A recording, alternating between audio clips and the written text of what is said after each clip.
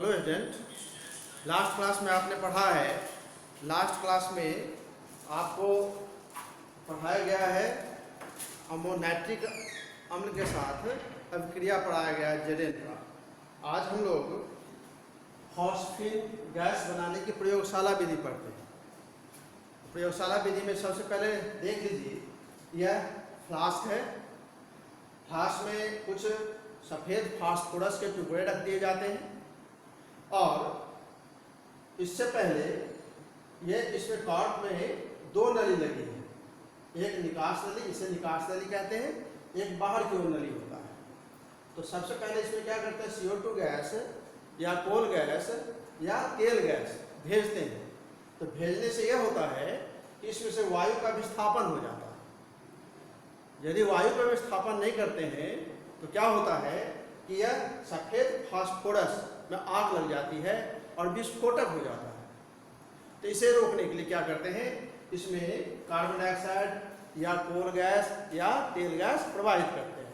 ठीक है, फिर उपकरण को सजा देते हैं। इसे गैस जार से जोड़ देते हैं। यहाँ पानी भरा है, यह गैस जार है। ठीक है, और इसे इसमें क्या करते हैं कि NaOH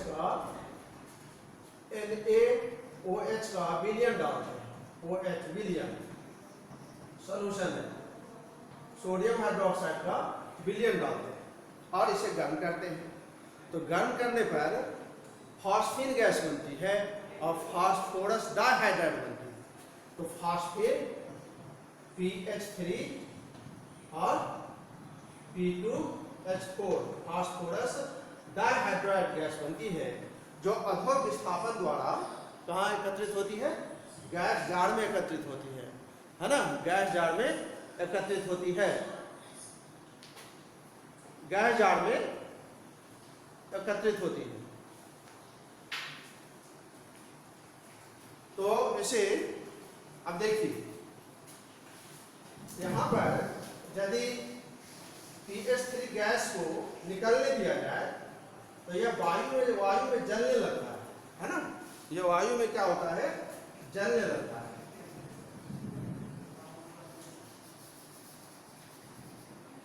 और यदि इसे वायु में छोड़ दिया जाए तो P2O5 के सफेद छल्ले बनते हैं, है ना। यहाँ पर फास्फोरस पेंटाऑक्साइड के छल्ले बनने लगते हैं। ठीक है, यह फास्फोरस डाइहाइड्राइड जलकर जैसे वायु के संपर्क में आता है तो जलने लगता है। तो फास्फोरस डाइहाइड्राइड वह P2O5 में बदल जाता है, सफेद धुएं के रूप में, छल्ले के रूप में निकलता रहता है। तो हम देखते हैं कि यहाँ पर P4 plus 3NaOH plus H2O, है ना। तो बनता है 3NaH2PO2 प्लस फॉस्फिन PH3। यह फॉस्फिन बन जाता है, फॉस्फिन गैस। ठीक है, यह सोडियम हाइपोफॉस्फाइड सोडियम हाइपोफॉस्फाइड होता है। ठीक है, और फॉस्फिन गैस बनती है। यह इसके साथ साथ क्या बनता है, फास्फोरस डाइहाइड्राइड भी बनता है। फास्फोरस डाइहाइड्राइड भी बनता है। तो P2H4 plus 7O2 arrow P2O5 plus H2O, है ना। तो यहां पर आपका फास्फोरस पेंटाऑक्साइड बनता है, फास्फोरस पेंटाऑक्साइड बन जाता है। यह फास्फोरस पेंटाऑक्साइड जैसे ही सतह पर आता है, यहाँ पर आता है फास्फोरस डाइहाइड्राइड, जैसे सतह पर आता है तो वायु की उपस्थिति में जलने लगता है। तो फास्फोरस पेंटाऑक्साइड के छल्ले दिखाई देते हैं, जो देखने में भी अच्छा लगता है। ठीक है, तो इस तरह से फॉस्फिन गैस प्रयोगशाला में बनाई जाती है। अब पद में पढ़ते हैं, यह जो गैसें हैं इसके जो भौतिक गुण होते हैं, यह रंगहीन विषैली गैसें होती हैं, यह सड़ी हुई मछली के समान इसमें गंध होता है, और यह जल में अल्प विलय होता है, और एल्कोहल और ईथर में अविलय होता है, नहीं घुलता है। ठीक है, और यह वायु से भारी गैसें होती हैं। अब देखिए इसके जो रासायनिक गुण है वो हम लोग थोड़ा पढ़ते हैं। फास्फिन गैस का जो उपयोग किया जाता है ना, होम सिग्नल के रूप में किया जाता है। फास्फिन गैस का उपयोग होम सिग्नल के रूप में किया जाता है। तो होम सिग्नल क्या है ना, देखिए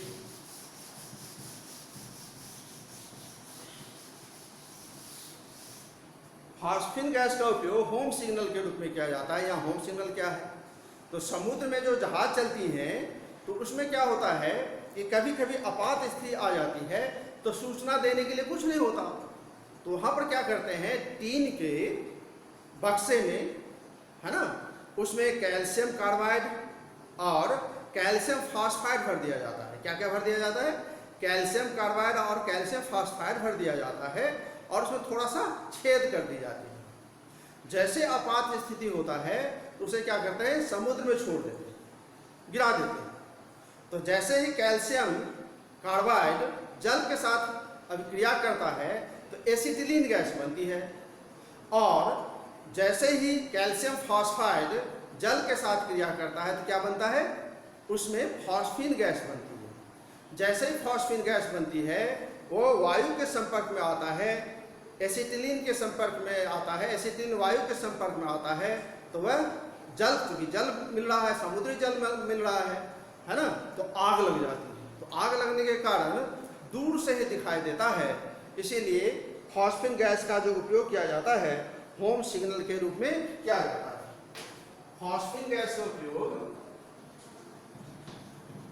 फास्फिन गैस का उपयोग होम सिग्नल के रूप में किया जाता है। होम सिग्नल के रूप में किया जाता है। क्यों किया जाता है, क्यों, ये क्वेश्चन है। ठीक है, तो क्या इसमें क्या डाल दिए, कैल्शियम कार्बाइड और H2O के संपर्क में, समुद्री जल के संपर्क में आएगा तो क्या बना लेता है, एसिटिलीन, CaOH का all 2 plus C2H2, acetylene gas, acetylene gas बन जाता है। ठीक है, और कैल्शियम फास्फाइड भी होता है, कैल्शियम फास्फाइड प्लस H2O, तो इसमें calcium hydroxide plus PH3 phosphine gas बनती है। ठीक है, तो यहाँ हम संतुलित कर लेते हैं, और ये तो क्या बन गया, ये फास्फिन गैस बनता है और एसिटिलीन गैस बनता है।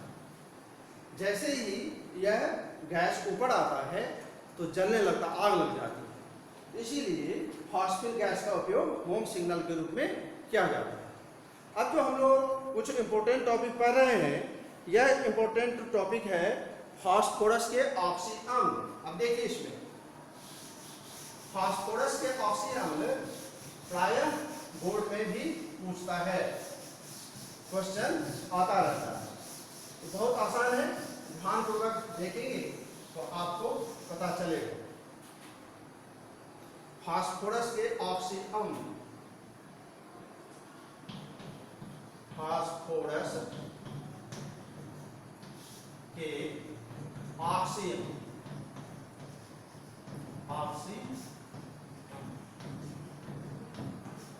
तो एक तो फास्फोरस के ऑक्सी अम्ल में जो संकरण होता है वह sp3 होता है, इसकी आकृति चतुष्फलकीय होती है, चतुष्फलकीय होती है ना। संकलन क्या होता है, sp3, आकृति क्या हो जाता है, चतुष्फलकीय हो जाता है। कम से कम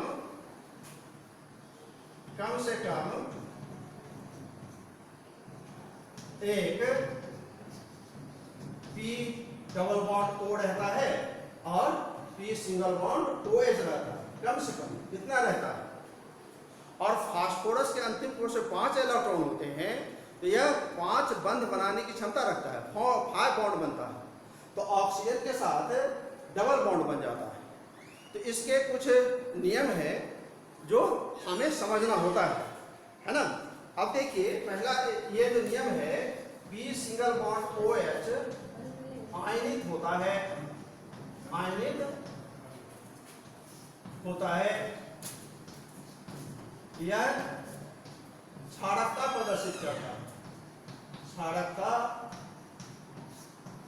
दर्शाता है। जितने OH होगा उतने ही क्या करेंगे, वह क्षारकीय गुण दर्शाएगा, है ना। दूसरा है अम्ल में से जल के अणु निकलने पर यह हाइपो शब्द का उपयोग करते हैं। हाँ, जल निकलने पर यह जो होता है मेटा शब्द लगाते हैं, शब्द का उपयोग करते हैं। अगला बिंदु है कि अम्ल के दो अणु को गर्म करने पर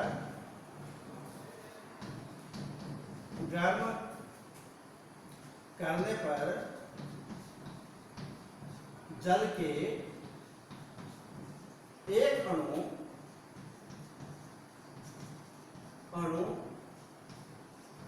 निकलता है, तो हाइपो शब्द का उपयोग करते हैं। जल के दो अणु, पायरो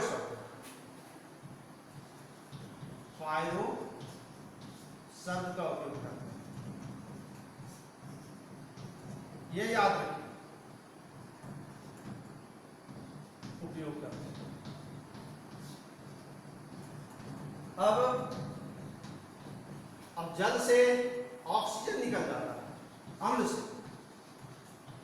अम्ल से एक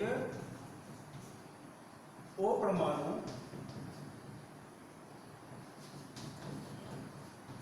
निकलने पर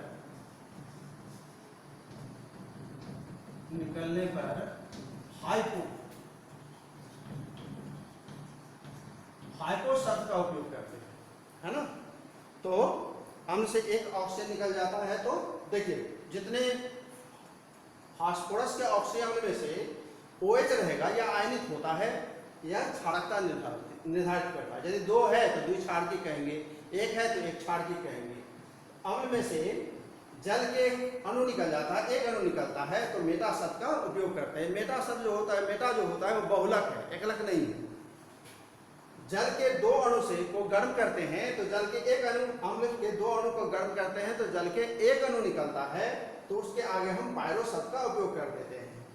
अम्ल में से एक ऑक्सीजन परमाणु निकल जाता है, तो इसका हम उपयोग करते हैं हाइपो के रूप में करते हैं। अब देखिए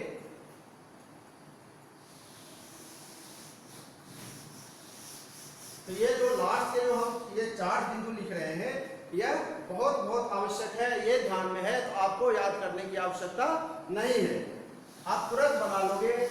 इसमें पूछता है संरचना, ऑक्सीकरण, क्षारकता, ये सब पूछता है। इसे आप चाहो तो टेबल के रूप में भी बना सकते हो, ये आसान तरीका है ना। टेबल के रूप में भी आप इसे बना सकते हैं। अब देखिए फास्फोरस के दो अम्ल होते हैं, अस अम्ल होते हैं और इक अम्ल होते हैं, है ना, अस अम्ल और इक अम्ल। तो पहला है फास्फोरस अम्ल। फास्फोरस अम्ल, इसका सूत्र होता है H3PO3, H3PO3। दूसरा होता है ऑर्थोफॉस्फोरिक अम्ल, ऑर्थोफॉस्फोरिक अम्ल, ऑर्थोफॉस्फोरिक अम्ल होता है। तो यह H3PO4, H3PO4 यह अस हो जाता है और एक ऑक्सीजन बढ़ गया तो यह एक अम्ल हो जाता है, फास्फोरस और फास्फोरिक। तो इससे दो अम्ल से आप कई अम्ल बना लोगे। यह हम जो 4 सूत्र लिखे हैं वह हमें याद होनी चाहिए। अब देखिए इसमें से इसके जो फास्फोरस अम्ल की जो संरचना है, फास्फोरस अम्ल की संरचना,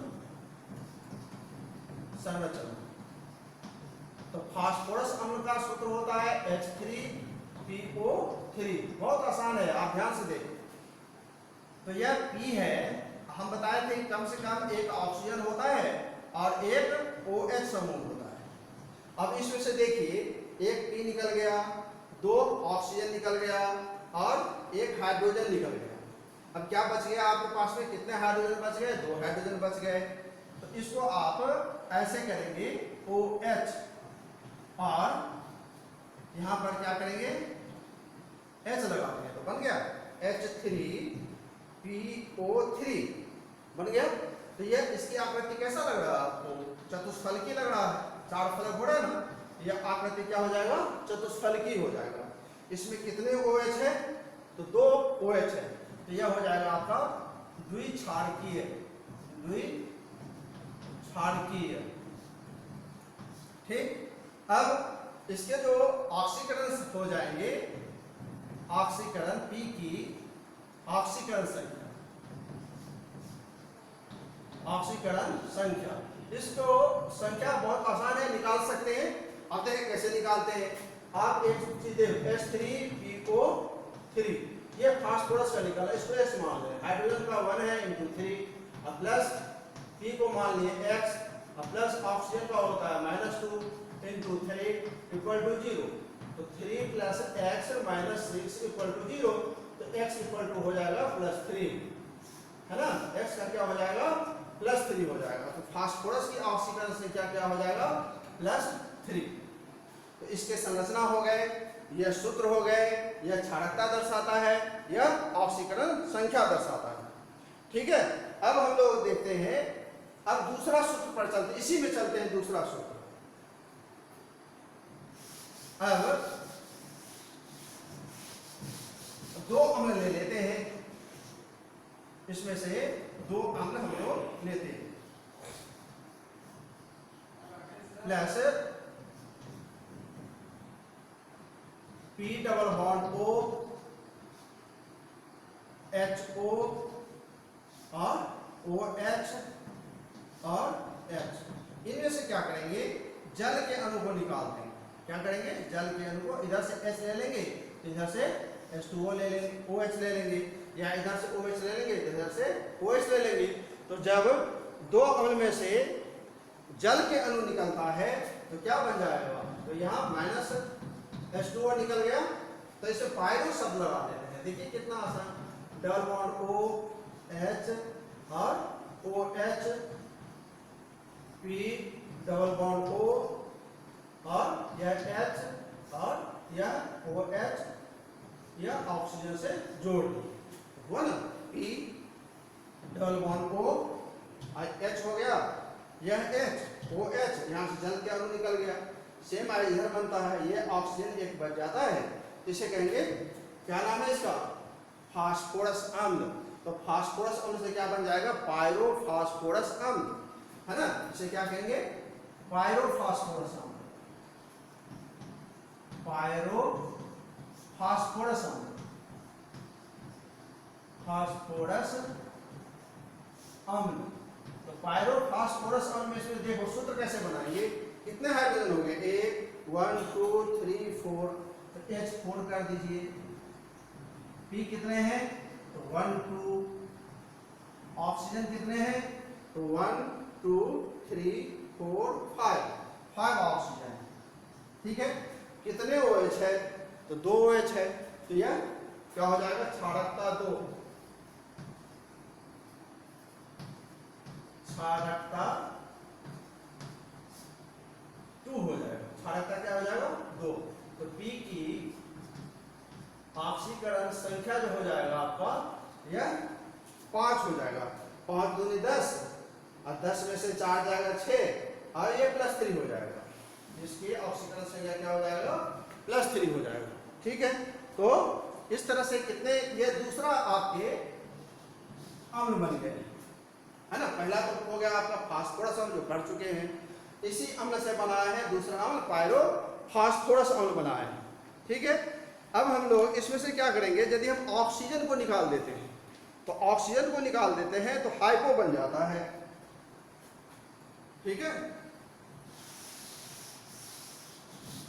अब देखिए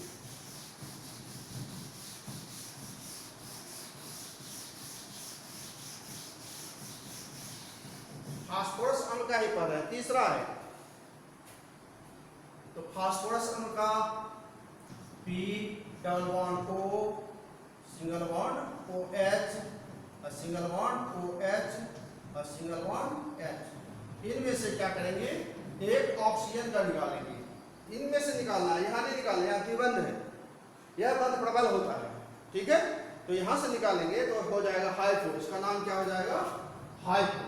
तो P double bond O H OH और यह H हो जाएगा, इसे पढ़ेंगे हाइपो फास्फोरस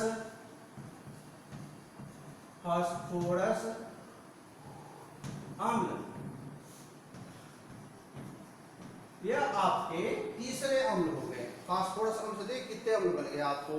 अब सूत्र निकालो, कितने हाइड्रोजन है, हाइड्रोजन की संख्या 3 है, फास्फोरस कितने हैं, 1 है, ऑक्सीजन 1 2 O2, कितने OH है, 1 है, तो 1 क्षारकी क्या हो जाएगा, 1 क्षारकी हो जाएगा, ठीक है। अब इसकी जो ऑक्सीकरण संख्या निकालेंगे, P की ऑक्सीकरण ऑक्सीडेशन नंबर संख्या, तो यह हो जाएगा +1 हो जाता है, क्या हो जाता है +1 हो जाता है। तो ये फास्फोरस के हम 3 अम्ल बना लिए हैं। अब हम थोड़ा सा पढ़ लेते हैं फास्फोरिक अम्ल के बारे में, ऑर्थोफॉस्फोरिक अम्ल बोलिए या फास्फोरिक अम्ल बोलिए, दोनों एक ही चीज होता है। तो इसमें ये देख हर्ष अम्ल का हो गया। अब हम लोग क्या करेंगे, एक अम्ल का निकालेंगे, एक अम्ल का। तो एक अम्ल में क्या करेंगे, फास्फोरिक अम्ल,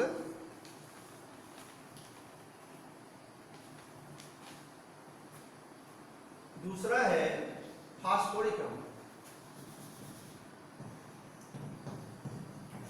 फास्फोरिक अम्ल या ऑर्थोफॉस्फोरिक अम्ल कह सकते हैं। तो H3PO4 होता है। तो इसके जो संरचना आप देख लें, तो बताए थे P के साथ कम से कम एक डबल बॉन्ड ऑक्सीजन में रहता है, एक OH में रहता है ना। अब जो बचा वो शेष बांट दीजिए। अब कितने आपके हाइड्रोजन रह गए, 2, तो ऑक्सीजन कितने रह गए, 3, एक निकल गया, और यह OH।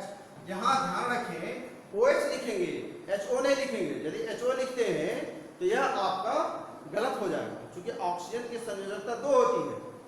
और यदि उल्टा कर देते हैं, सपोज करिए कि यहाँ O कर दिए, H कर दिए, तो यह सूत्र गलत हो जाएगा। तो ये सावधानी रखिए, ये नहीं कि जो मन में आए वो आप लिखोगे।